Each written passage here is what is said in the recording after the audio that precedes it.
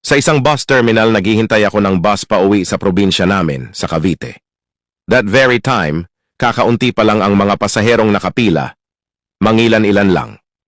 Siguro, nasa mga 9:30 PM na ata yon, kaya medyo nasa last hour na yon kasi hanggang 10 PM lang ang biyahe papuntang sa may amin.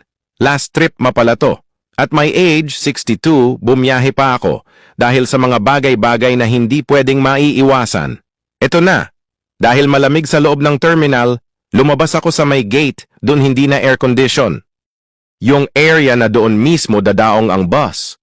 Maya-maya lang, may nakapila na rin sa likuran ko, mga ilan-ilan pa lang. Mga ilang minuto pa ang nakalipas. Dumarami na ang mga pasaherong nagsidating, kaya isinara na ng mga gwardya ang gate. Ako nakapila sa labas ng gate, at meron ding nakapila sa loob. Hindi na muna sila pinalabas ng gwardya para di magkaroon ng congestion sa labas at sa loob. That time, hindi pa or wala pa ang bus. Kebale, ako ang nauna sa pila sa labas. So, ito na yung bus, parating na. Kaya binuksan na rin ng mga gwardya ang gate kaya dumaluhong na yung nakapila sa loob.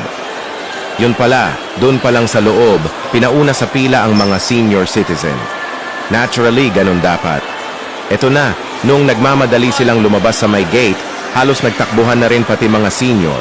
Kasi nga last trip na pala to. So nang magbukas na ang pinto ng bus, itinulak ako ng nasa hulihan ko, sila yung nakapila galing sa loob, kami naman nakapila sa labas, so dapat kami ang nauunang sumakay, di ba? Sa pila namin sa labas, ako naman ang nauna talaga. Tagal nga namin doon sa labas, konti pa lang kami. Ngayon itinulak nga ako, kebale inagawan ako, na dapat sasakay na sana ako. Yung mga nagkukumahog na mauuna, silang galing sa loob no, mga senior citizen yon. Sabi ko, teka lang po, dahan-dahan lang, sabay sabi kami ang nauna sa pila sa loob senior kami. Nagkasigawan pa nga, sabi ko naman, bakit? Anong tingin nyo sa akin sanggol?